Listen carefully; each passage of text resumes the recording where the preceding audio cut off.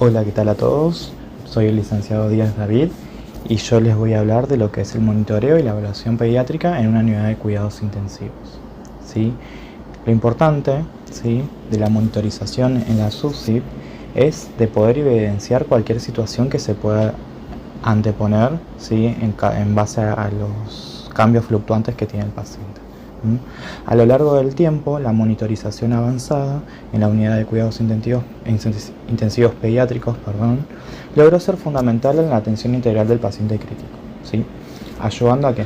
A definir la naturaleza, como decía, de posibles complicaciones y poder identificarlas. Bien. ¿Qué busco con la monitorización? Estar alerta, ¿sí?, sobre cualquier alteración o deterioro de la función médica. Bien. También busco un diagnóstico continuo, para observar el comportamiento y, como ya mencioné, los cambios del paciente. Un pronóstico, ¿sí?, por medio de las tendencias de los parámetros, ¿sí? Las fluctuaciones que hay en estos parámetros depende de cada paciente que uno llega a tener enfrente, ¿sí? Es muy importante la valoración constante, ¿sí?, poder identificar estos tipos de fluctuaciones en lo que son los parámetros hemodinámicos, ¿sí?, para poder anteponerse ante cualquier situación que pueda llegar a pasar, ¿sí? También nos permite una guía terapéutica, ¿sí? Facilita la evaluación y corrección de las medidas terapéuticas implementadas. ¿Qué vamos a tener como objetivos? Conocer de manera constante el estado hemodinámico del paciente, ¿sí?, y sus alteraciones fisiológicas. Como ya mencioné anteriormente, hay que saber identificarlo y estar preparados cuando tenemos un paciente crítico a nuestro cargo. Bien. También servir como medidas anticipadas y continuas, previniendo la mortalidad ante cualquier cambio clínico. Bien, la monitorización óptima consta de precisión, ¿sí?, confiabilidad, seguridad, sensibilidad, facilidad, especificidad, velocidad de respuesta y una exhibición continua de datos, ¿sí?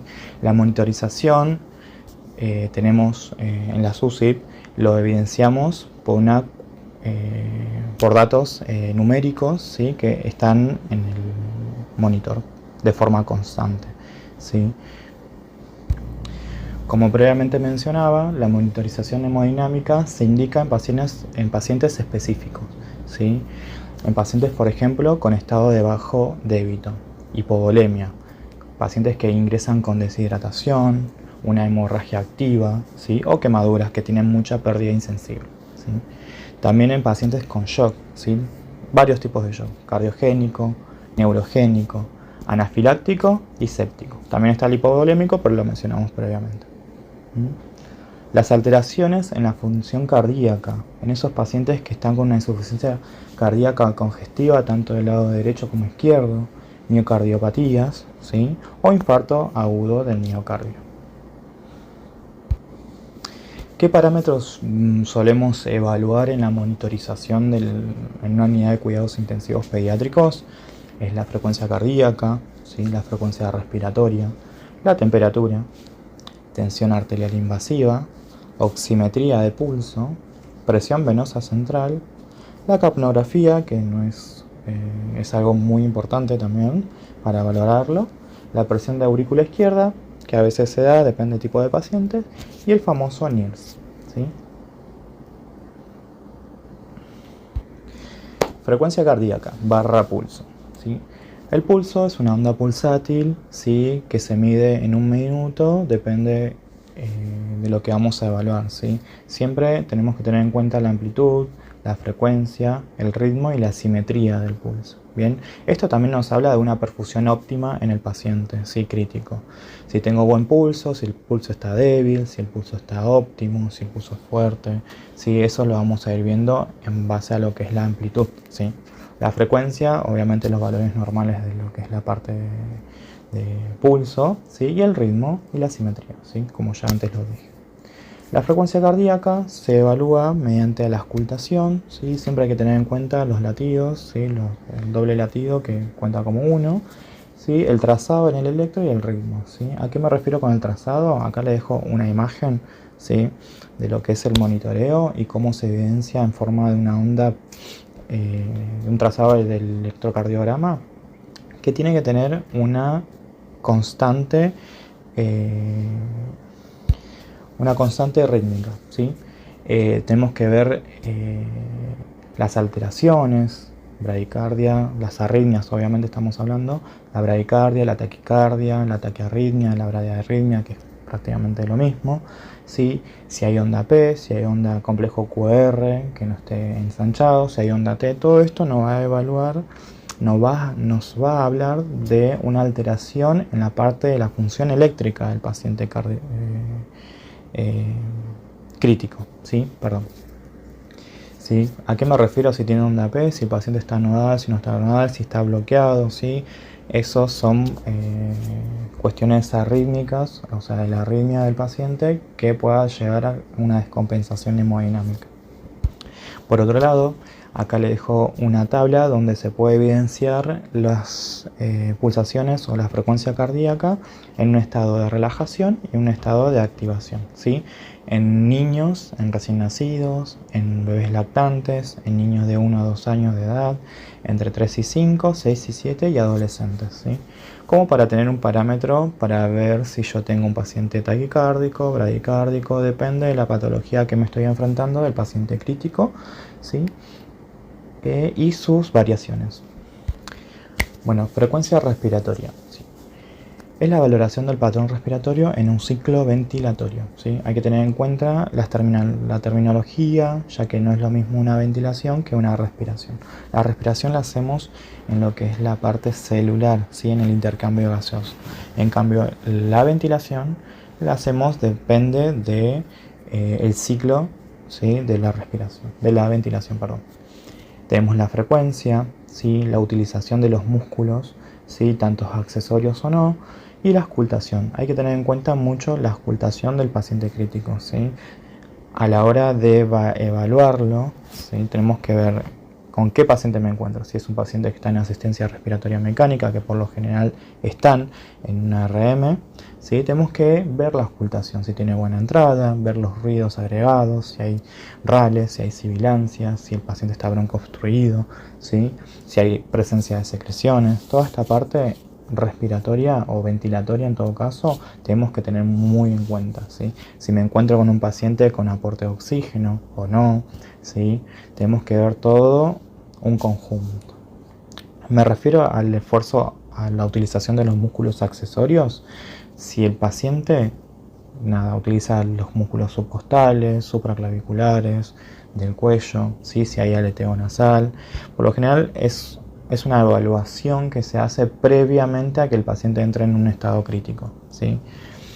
El paciente crítico, por lo general, el patrón respiratorio no se lo evalúa por el hecho de que si está en una asistencia respiratoria mecánica, no tenemos un patrón respiratorio. ¿Por qué? Porque el paciente está conectado a este ARM que hace todo por él. O sea, el ciclo ventilatorio lo determina la aparatología. ¿Bien? Le dejé unos conceptos: eupnea, bradipnea, taquipnea y disnea. Eupnea es la frecuencia respiratoria normal, ¿sí? Bradipnea es por debajo de los valores normales, taquipnea por arriba de los valores normales y disnea, ¿sí? Siempre hay que tener en cuenta esto: si hay algunas de estas alteraciones, estas últimas tres que le nombré, ve por qué motivo, ¿sí? Me encuentro antes estos parámetros, ¿sí? Acá le dejo una imagen donde se puede evidenciar lo que es el monitoreo, cómo se ve en la forma numérica y un trazado de la onda, ¿sí? Este paciente tiene 20 por minuto. Les dejo una tabla donde está evidenciada la edad y la frecuencia respiratoria según meses y años, ¿sí? Va de 0 a 6 meses, por lo general es una frecuencia de 30 a 60 minutos, 60 respiraciones, ciclos ventilatorios por minuto, perdón. De 6 meses a un año va de 25 a 45 ventilaciones por minuto. De 1 a 3 años va de 20 a 30 por minuto. Menores de 6 años de 16 a 24 por minuto y menores de 10 años de 14 a 20 por minuto. Estos parámetros los sacamos del Hospital Garrahan, ¿sí? Nada, ahí tienen todo como para ver también algunas cuestiones, trabajos y demás. Bueno, temperatura. La temperatura juega un papel fundamental en la compensación hemodinámica del paciente, ¿sí? Si está por arriba de los valores normales o por debajo, tiene varios cambios hemodinámicos el paciente y podemos evidenciar, por ejemplo, si hay hipertermia, va a haber taquicardia, mayor consumo de oxígeno, mayor pérdidas insensibles, mayor consumo calórico, vasodilatación periférica y vasoconstricción pulmonar, ¿sí?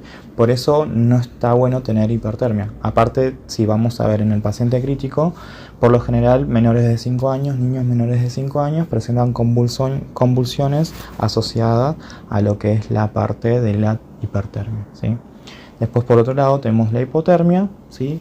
Que nos genera bradicardia, por ende menor consumo calórico y vasoconstricción periférica. En estos tipos de pacientes hipertérmicos o hipotérmicos, por ejemplo, si queremos colocar un acceso o queremos evadirlo de forma vascular, no vamos a poder realizarlo por la vasoconstricción y la vasodilatación que presenta este paciente a estos cambios hemodinámicos sobre la temperatura, ¿sí?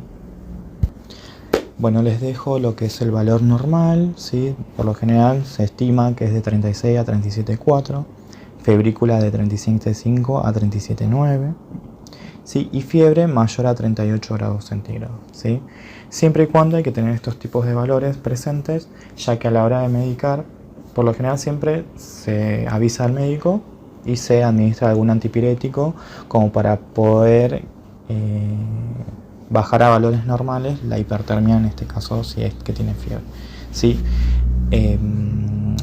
Hay que ver qué tipo de paciente tenemos presente, ya que podemos enmascarar muchos diagnósticos presuntivos a la hora de medicar por nuestra cuenta, o si el paciente lo tiene indicado, le damos, tiene fiebre, le damos porque dice, bueno, ibuprofeno, dipirona y demás, y estamos enmascarando algo que posiblemente estamos, como les dije, un diagnóstico presuntivo, ¿sí? En el momento de la hipertermia también lo que podemos hacer es generar baños medios físicos, ¿sí? Para poder lograr una normalidad en la temperatura, ¿sí? En el caso de lo que es la hipotermia, ¿sí? Se utiliza mantas, por lo general tratamos de tener colchones de regulación térmica. Nosotros utilizamos mucho eso en el sanatorio donde me desempeño. Utilizamos colchones térmicos para poder bajar la temperatura o subir la temperatura, depende de qué paciente o depende de qué buscamos también en el paciente, ¿sí? Si buscamos un menor consumo de calorías, un menor consumo de oxígeno, ¿sí? Si buscamos hipotermia, por ejemplo, si buscamos hipertermia, calentar al paciente para que no esté bradicárdico, para tener un volumen cardíaco óptimo, ¿sí? Tiene que ver con eso también la parte de lo que es la temperatura corporal. Y acá tenemos una imagen del sensor que utilizamos por lo general nosotros, ¿sí? Las mediciones de la temperatura puede realizarse de forma manual, colocando un termómetro en la zona axilar, o de forma invasiva, ¿sí? Que por lo general es la que más usamos en las áreas de cuidados críticos, ¿sí? Pediátricos, que es un sensor introducido en el recto, ¿sí? Como para medir la temperatura central, ¿sí? También puede colocarse de forma nasogástrica, como una sonda, ¿sí? Para medir una temperatura central, ¿sí?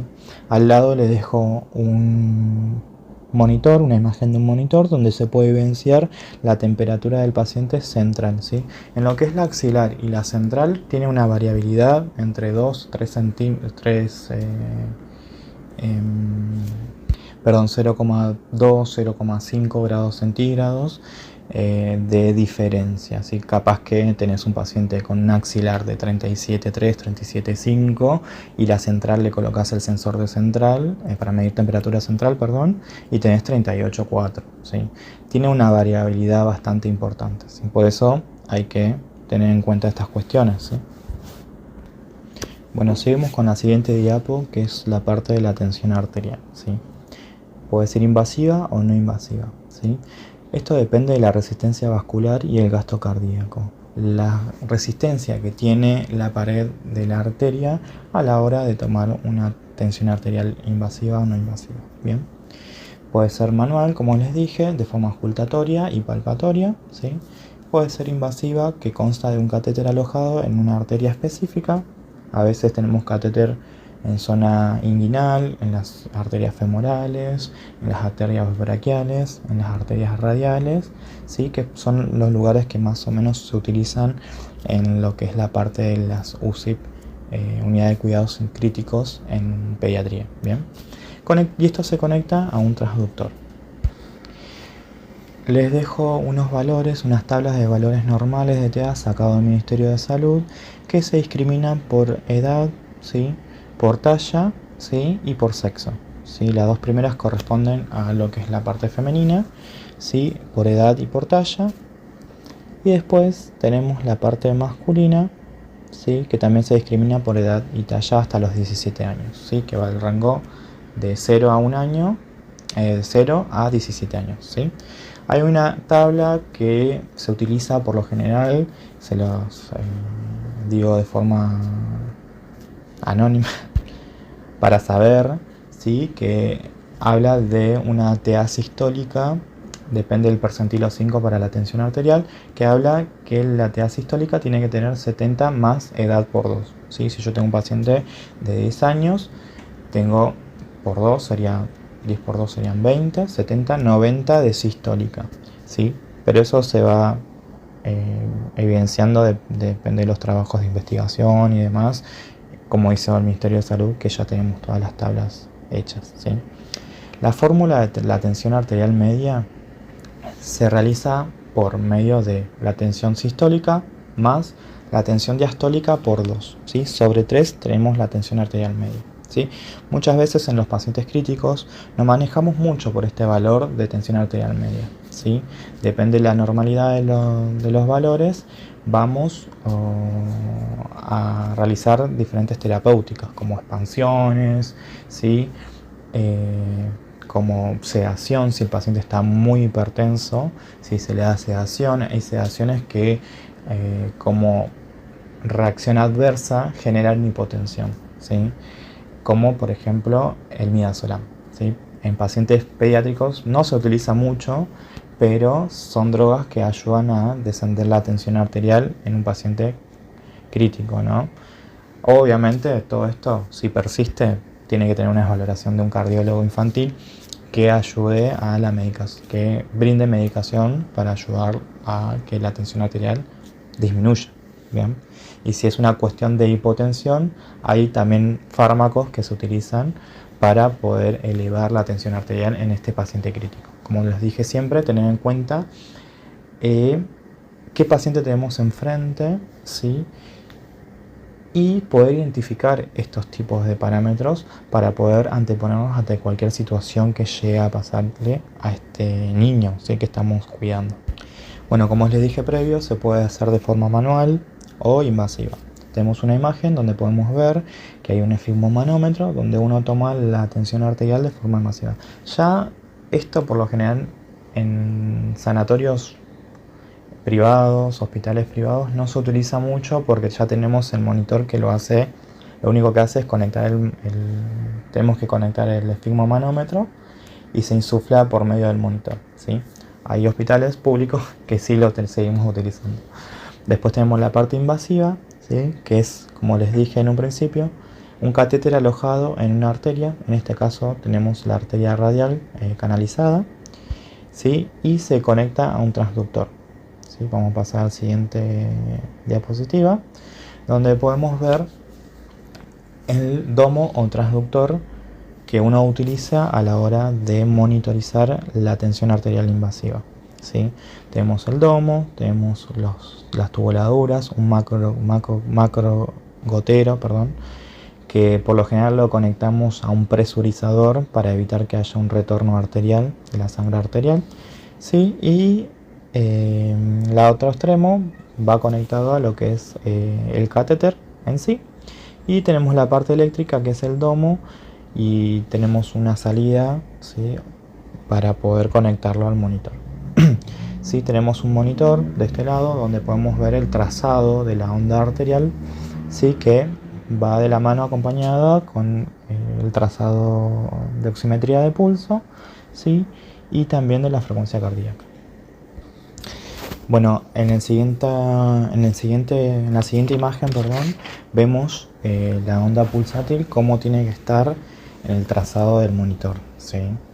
Tenemos que tener en cuenta a la hora de un paciente crítico para tomar una tensión arterial invasiva que el domo no esté quebrado, que no tenga varios días de uso, o sea, que no esté una semana, por ejemplo.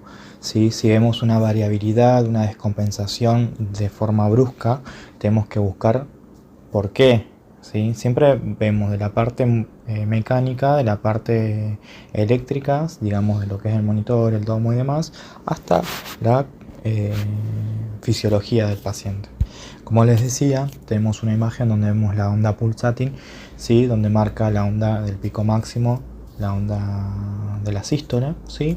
Después tenemos la parte de la segunda onda picuda de la diástole, ¿sí?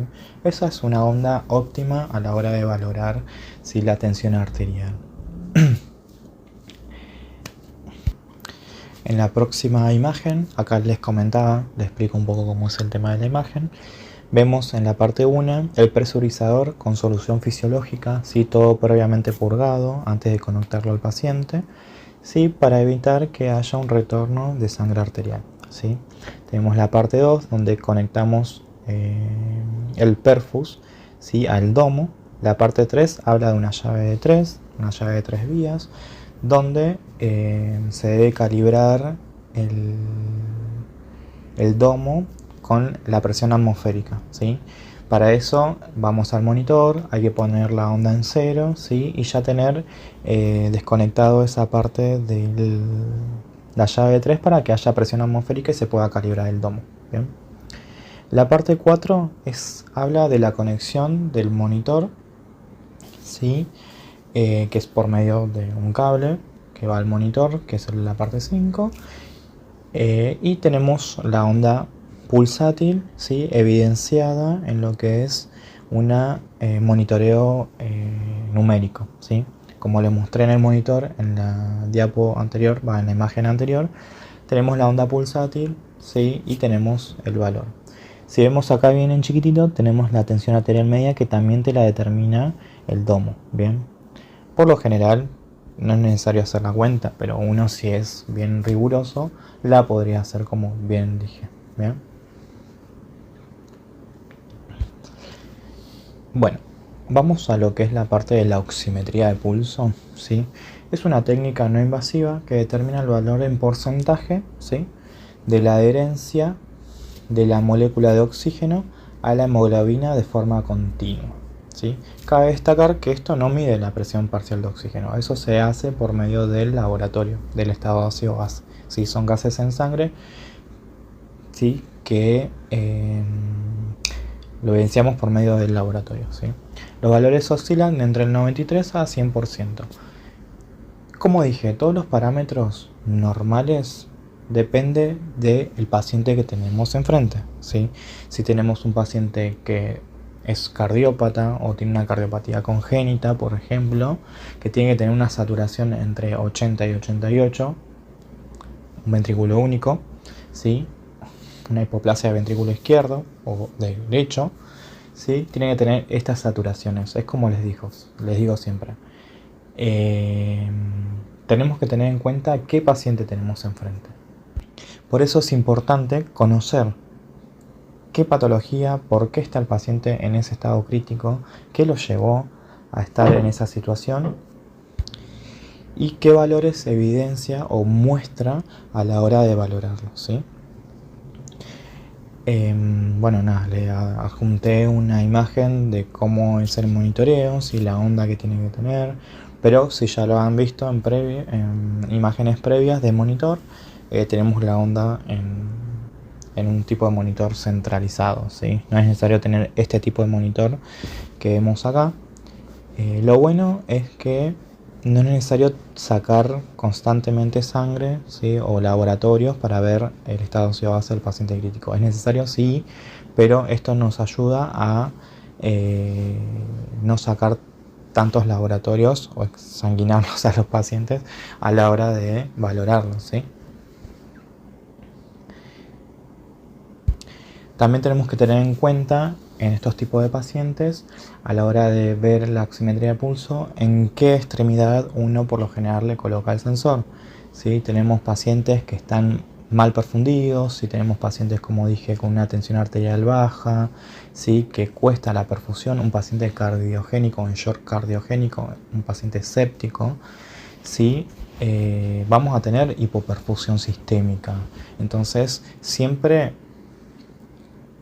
tratamos de colocar el sensor Max si son en bebés en la parte preductal, ¿sí? Del paciente, en la mano derecha de el pacientito, ¿sí? Tratamos de hacerlo de esa forma como para tener una onda óptima, ¿sí? O un monitoreo óptimo del paciente de la parte de la oximetría de pulso, ¿sí? Si no, también se puede evidenciar, como les dije, con laboratorios. Pero la idea es no realizarlo, ya que tenemos un paciente que está con hipovolemia. Bien. La temperatura, como anteriormente hablábamos, tiene mucho que ver. Si un paciente con fiebre, por lo general, tenemos las extremidades tibias a estar frías, ¿sí? Entonces vamos a tener una alteración en el trazado o en el sensado de la oximetría de pulso, ¿sí? Si el paciente está despierto, se mueve, por lo general un paciente crítico no, pero siempre hay que tener en cuenta esto, de que si el paciente se mueve, no vamos a tener un buen trazado, ¿sí? No es algo tan fidedigno como para valorar a la hora si el paciente está despierto. Bien. Siguiente diapo. Capnografía. Bien, la capnografía es la medición de la CO2 expirada mediante una representación gráfica, ¿sí? Los valores normales oscilan entre 35 y 45 milímetros de mercurio como un estado óseo base normal, ¿sí? Es lo que uno busca en estos tipos de pacientes. Obviamente tiene que tener en cuenta, como les dije, qué paciente tenemos enfrente, ¿sí? Si la onda del capnógrafo está óptima, tenemos que tener, como les aparece acá en la primera imagen, ¿sí? Ese tipo de onda donde se puede ver que en la fase AB empieza la fase inspiratoria, ¿sí? En la parte BC comienza la expiración, ¿sí? La CD sería la meseta, ¿sí? La D es la concentración final expiratoria, como les dije, EtCO2. Y la DE es el comienzo de la fase inspiratoria. Bien, eso tenemos que tener en cuenta a la hora de valorar el monitoreo de la capnografía, ¿sí? Y también que no haya alteraciones fisiológicas. Por ejemplo, tenemos un paciente en ARM conectado en ARM, perdón, con un tubo obstruido, ¿sí? Con secreciones. Entonces, ¿qué voy a hacer yo para tener un buen trazado? Voy a hacer una aspiración de esas secreciones, ¿sí? Voy a ocultar al paciente a ver si tiene algún ruido agregado, si está broncoobstruido, ¿sí? Si está con signos de atrapamiento, ¿sí? Se puede hacer una placa, una radiografía de tórax. Uno puede también hacer un laboratorio. Siempre cuando tenemos un paciente con capnografía, el laboratorio tenemos que tener en cuenta la PCO2, ¿sí? Si es correlativa o condice con lo que es la parte de los valores normales que uno busca en la capnografía. Siempre hay un puntito de 1 a 5 puntos de milímetros de mercurio de diferencia. Entonces, si uno ya tiene ese valor establecido, qué diferencia hay entre el laboratorio y lo que vemos en el monitor, más o menos vamos a ver qué paciente tenemos enfrente y no es necesario realizarles tantas extracciones de sangre, ¿sí? De laboratorios para poder ver la CO2 y demás. Bien. Bueno, como les muestro en la segunda imagen, ese es el tipo de sensor que tenemos nosotros, que va conectado a la parte proximal al paciente, ¿sí? del tubo y las ramas del respirador, o sea, el tubo endotraqueal y las ramas del respirador, en medio tiene que ir conectado el sensor, ¿sí? de capnografía, para poder tener una CO2 expirada fidedigna. Bien, como les dije, tenemos que tener en cuenta y descartar todas las posibles complicaciones que nos puedan llegar a aparecer en el monitoreo. Bien, y les dejo una imagen donde se puede evidenciar en forma numérica la CO2 del paciente, ¿sí? Hay que ver si está por debajo de estos valores, ¿sí? Si la CO2 está por debajo de los valores, si estamos lavando CO2, si está con una hiperoxia al paciente, ¿sí? Si le está sobrando el ARM al paciente. Nos referimos siempre cuando el paciente mueve mejor volumen, ¿sí? Y le estaría sobrando un poco el respirador, por eso está lavando la CO2, ¿sí? Bueno, si acá pueden ver, tenemos el trazado, ¿sí? La onda de lo que es la parte del capnógrafo, ¿sí? El 20 que marca ahí es la frecuencia respiratoria que condice con el otro parámetro. ¿Vieron? En amarillo tenemos un 20, que esa es la parte de la frecuencia respiratoria, y también te lo evidencia el capnógrafo. ¿Cuántas veces respira el paciente en un minuto? O ventila en todo caso en un minuto, ¿sí? Y en un costado tenemos lo que es la parte de la CO2 expirada. Hay que calibrar todos los parámetros hemodinámicos que vemos en el monitor, se calibran, ¿sí? Tenemos que ver esto, como les dije, qué paciente tenemos enfrente, cómo calibrar, si pasa algún evento que ocurre de forma brusca, ¿sí? Tenemos que descartar qué puede llegar a pasar con el paciente, ¿sí? Por eso hay que conocer los valores normales, ¿sí? Hay que conocer qué posibles complicaciones pueden llegar a pasar en estos tipos de pacientes, ¿sí? Y otra cosa muy importante que no les dije todavía es que el módulo que tenga el monitor, ¿sí? Tenga el gas correspondiente y que esté cargado, ¿sí? Si no, no vamos a tener una buena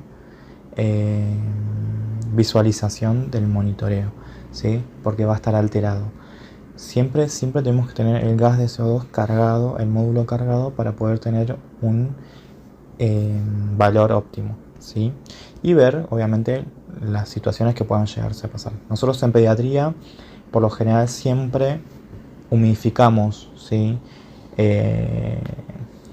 Las ventilaciones que uno le brinda al paciente, ¿sí? Entonces, al estar humidificado, por lo general el sensor del capnógrafo se humedece y empieza a leer cualquier valor, algo fuera de lo normal. Entonces hay que retirarlo, desconectar, clampear el tubo, volver a conectar sin el capnógrafo, limpiarlo, tratar de sacarle lo que es la parte de líquidos, ¿sí?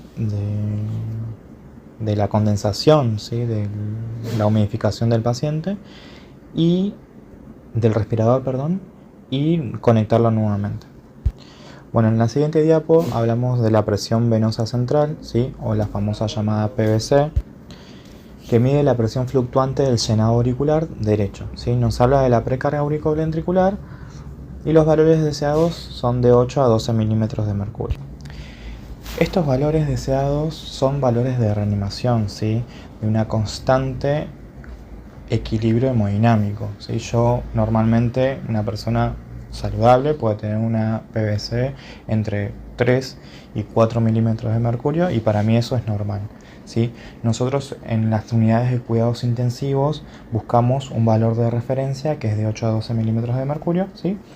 Que son valores preestablecidos para poder tener una hemodinamia acorde y que el paciente esté compensado, ¿sí? Esto me habla de la precarga auriculoventricular, ¿sí? Es la tensión que tiene el ventrículo, ¿sí? O la aurícula antes, al final del llenado auriculoventricular, ¿sí?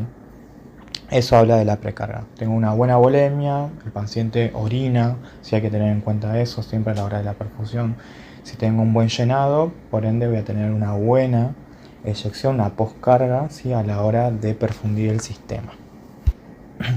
Si tengo pacientes con una PVC baja, por lo general uno también optimiza a la hora de valorar en conjunto con la tensión arterial si voy a poder expandir o voy a poder pasarle volumen o no a este tipo de paciente, ¿sí?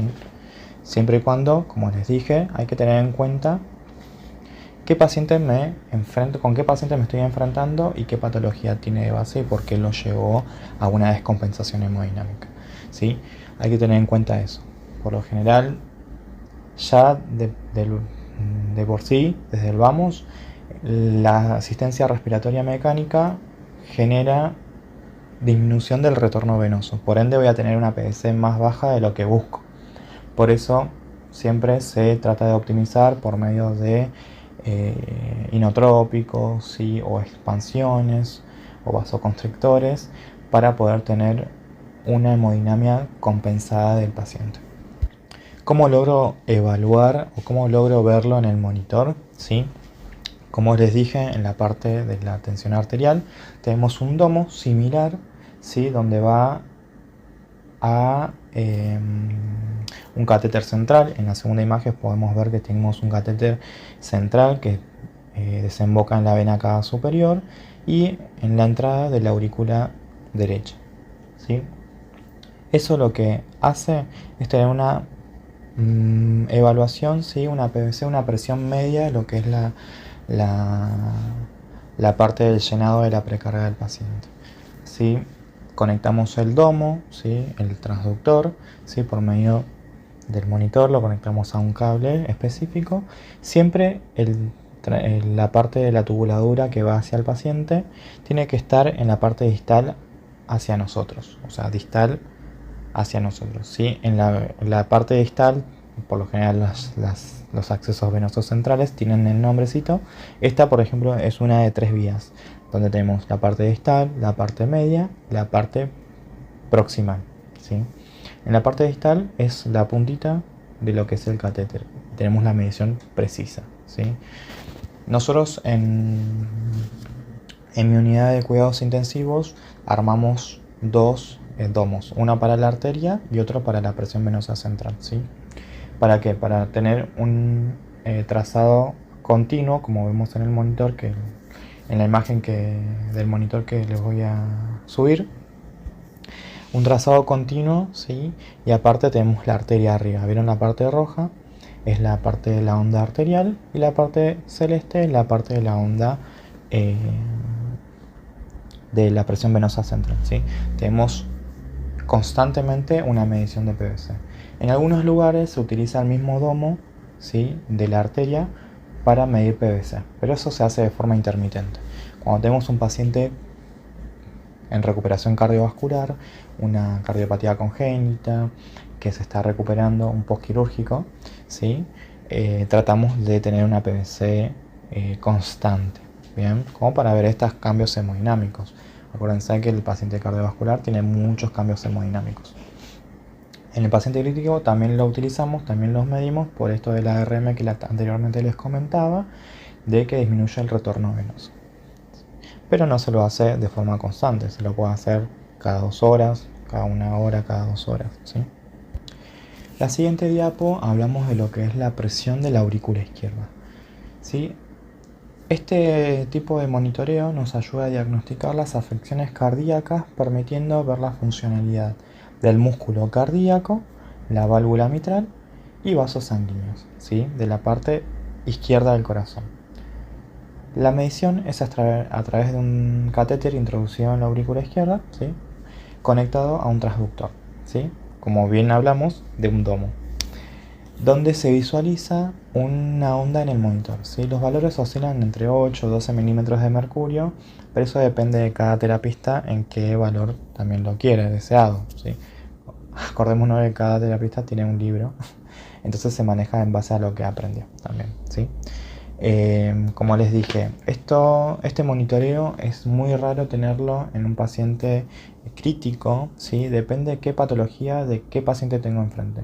Si yo tengo, por ejemplo, un paciente cardiovascular con una cardiopatía congénita tipo canal AB o disfunción de válvula mitral, ¿sí?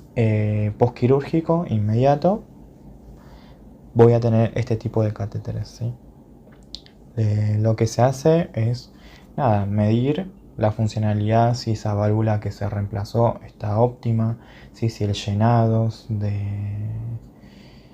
del ventrículo izquierdo y la aurícula izquierda es óptimo, ¿sí? Si tiene una buena eyección, si tiene ese buen tono, ese músculo para poder eyectar, si tiene una buena poscarga, ¿sí? Eso es lo que hablamos anteriormente. Bueno, como les dije, se utiliza un domo, ¿sí? Conectado a este tipo de catéter que es como si fuese una percutánea, ¿sí? Que se utiliza en neo, y se mide en el monitor en forma numérica, ¿sí? Tiene una onda también, ¿sí? Así que nada, no les junto imágenes porque es más de lo mismo, ¿sí? Y aparte no encontré pacientes con una aurícula izquierda.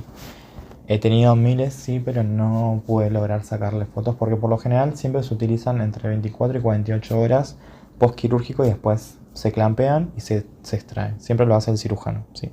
Cardiovascular. Bien, seguimos. NIRS. NIRS es una medición no invasiva de la molécula de oxígeno adherida a la hemoglobina en la parte arterial, venosa y capilar. ¿Sí? Este tipo de medición o de monitoreo no se utiliza mucho porque es de alto costo. ¿Sí? Se utiliza por lo general en hospitales de primer nivel como el Garrahan, como el Italiano. ¿Sí? Por lo general en esos lugares donde yo puedo frecuentar se evidencia bastante. ¿Sí? En mi unidad de cuidados intensivos donde me desempeño lo utilizamos en pacientes postquirúrgicos de cardio, por ejemplo, de una cardiopatía congénita. ¿Sí? O en neonatología en un paciente descompensado, en un prematuro extremo y demás, ¿sí? Se trata de utilizar por el tema de las hemorragias. ¿Sí? La monitorización puede ser cerebral, ¿sí? Que cuando hablamos de cerebral hablamos de pacientes que han presenciado convulsiones incontrolables, hemorragias intraventriculares. Como les dije, en neonatología por lo general en prematuros se evidencia más hemorragias intraventriculares y por eso uno quiere evaluar la perfusión cerebral por medio de este monitoreo, ¿sí? Después tenemos la monitorización hemodinámica, ¿sí? ¿A qué me refiero con eso? A pacientes sépticos, ¿sí? Pacientes chocados, pacientes con bajo gasto cardíaco, ¿sí? Donde la perfusión hemodinámica, ¿sí? Perfusión sistémica está alterada. Bien. En pacientes con cardiopatías congénitas, pacientes en todos los tipos de shock como antes les dije, y en una cirugía de un paciente cardiovascular, ¿sí? Después tenemos la parte de la monitorización abdominal, ¿sí? Que se utiliza más en pacientes con una enterocolitis necrotizante, ¿sí? Y en un paciente con una insuficiencia renal. Nosotros en pediatría por lo general tratamos de utilizarlo en pacientes cardiovasculares, que tenemos muchos, ¿sí? Utilizamos el monitoreo cerebral y la parte abdominal o renal en todo caso en pediatría, ¿sí? Nosotros lo utilizamos más que nada en las cirugías cardiovasculares, como antes les dije. Bueno, en la siguiente diapo podemos ver la colocación de los adhesivos y el monitoreo como vienen, ¿sí? Con sus parches, ¿sí? Su monitor que viene aparte de lo que es el monitoreo central del paciente, hemodinámico, ¿sí? Y cómo se puede colocar en un niño, en un bebé o en un neonato. Bien. Nosotros utilizamos un solo sensor, no es necesario utilizar los 4, pero utilizamos un sensor, ¿sí? Y en la parte somática o en la parte renal lo hacemos retroperitoneal, ¿sí? El paciente se lo coloca detrás de lo que es la parte de la columna baja, ¿sí? Se lo coloca en esa zona, ¿sí? En la parte lumbar. Bien.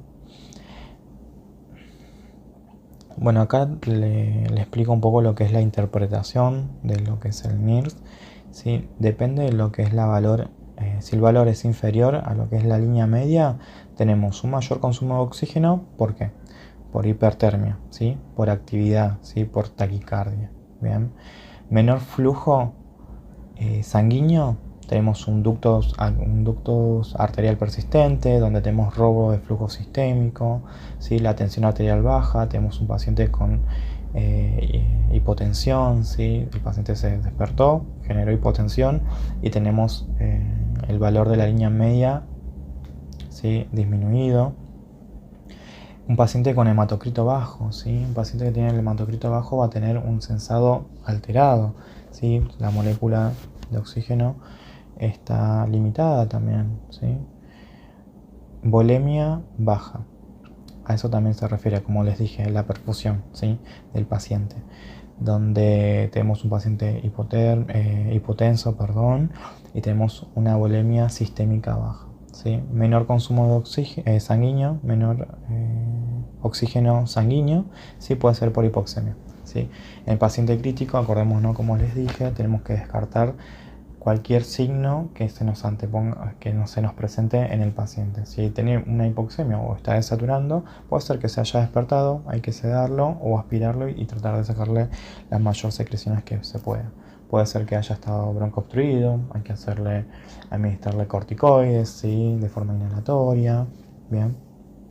Y si tenemos el valor superior de la línea media, tenemos menor consumo de oxígeno por sedación en exceso, por hipotermia en el paciente crítico, mayor flujo de oxígeno, puede ser por hipertermia, ¿sí? Aumento de la tensión arterial, ¿sí? Mayor flujo de oxígeno, ¿por qué? Porque si tengo aumento de la perfusión tisular, ¿sí? Voy a aumentar ese aporte de flujo de oxígeno y por ende voy a tener elevado lo que es el monitoreo de NIRS. ¿Sí? Mayor aporte de oxígeno puede ser por hiperoxia. Paciente que se encuentra en ARM, por lo general, los parámetros de protección pulmonar tienen que tener en cuenta el tema de la oxigenación, sí, que es uno de los que vemos siempre. Si veo que a mi paciente le está sobrando oxígeno y satura todo el tiempo 100%, y podemos reevaluarlo y ver si se le puede descender, ¿sí? Nosotros usamos el monitoreo, como les dije, renal, ¿sí? En un paciente cardiovascular nos importa mucho la perfusión renal, ¿sí? Tenemos que tener en cuenta eso también, ¿viste? En el paciente crítico, el tema del flujo renal, ¿sí? Si tiene un buen balance de ingresos y egresos, si tiene un buen ritmo diurético, si a la hora de evaluarlo, como les dije, paciente ventilado, paciente que se encuentra en ARM, tiene disminución del retorno venoso, por ende va a tener una precarga baja, por ende va a tener una poscarga baja, y así sucesivamente. Vamos a tener una volemia sistémica disminuida, por ende los órganos vitales van a estar perfundidos, pero los órganos como la parte abdominal van a estar menos perfundidos, por ende vamos a tener menos flujo renal, ¿sí? Como les dije, con respecto a este tipo de monitoreo se utiliza muy de forma escasa, ¿sí? Muchos sanatorios no lo utilizan tampoco, sí, para cirugías importantes. En neonatología, por ejemplo, no se utiliza si hay una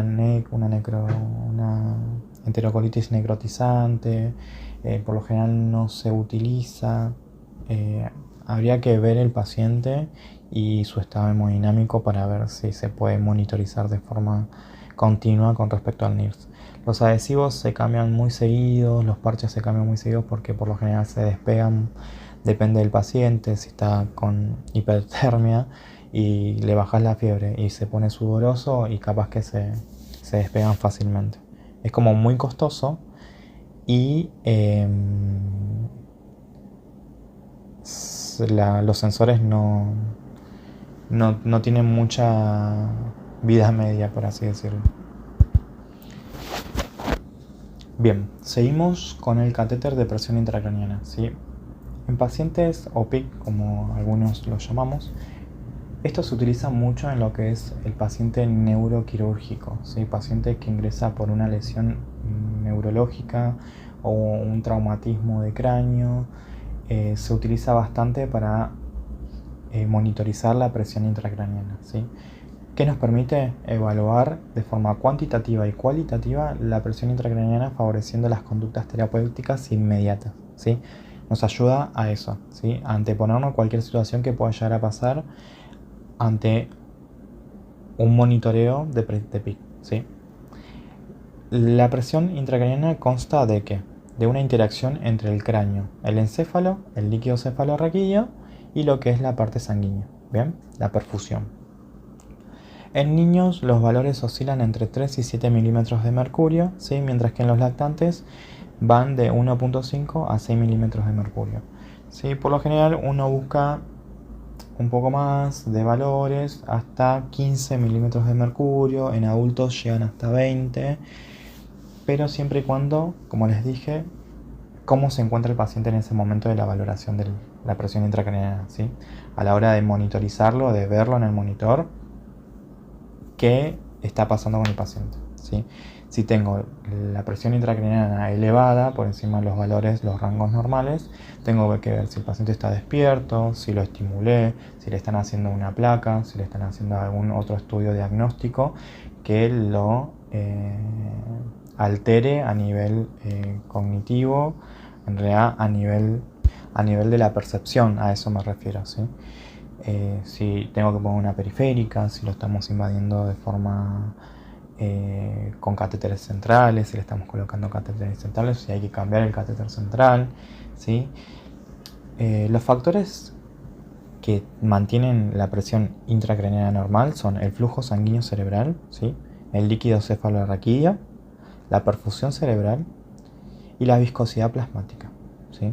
Esos son los 4 componentes que pueden tener una presión intracraneana normal, ¿sí? ¿Cómo medimos este tipo de presión? Por medio de un catéter, ¿sí? El catéter puede ser intraventricular, ¿sí? El intraventricular, lo bueno que tiene es que está alojado en los ventrículos cerebrales, ¿sí? Y tiene doble función. Una es medir la presión intracraneana, ¿sí? Y la segunda es drenar líquido cefalorraquídeo, ¿sí? Si yo tengo si tengo aumento del líquido cefalorraquídeo, voy a tener una PIC elevada. Entonces, ¿qué hago? Abro el drenaje para poder disminuir esa presión intracraneana y que el paciente no tenga alteraciones neurológicas por una inflamación en el sitio cerebral, ¿sí? Después tenemos el catéter intraparenquimatoso, ¿sí? Como ven en la imagen, están diferenciados, no llega a penetrar lo que es la parte del cerebro, ¿sí? Y lo único que hace es medir la presión. Otra cosa no tenemos adosados, ¿sí? No podemos debitar líquido cefalorraquídeo, ¿sí? Es como les dije siempre, veamos qué paciente tenemos enfrente, ¿sí? Qué paciente neurocrítico tenemos enfrente para poder evaluar por qué tiene un catéter intraventricular o un catéter intraparenquimatoso, ¿sí? En pacientes con ACV isquémicos, ACV hemorrágicos, por lo general se tiene. Si nosotros tuvimos una paciente que hizo un ACV, si es una paciente que se operó del corazón, está anticoagulada, se golpeó la cabeza y se descompensó a nivel neurológico, ¿sí? Se desmayó, vómitos y demás, son los primeros indicios.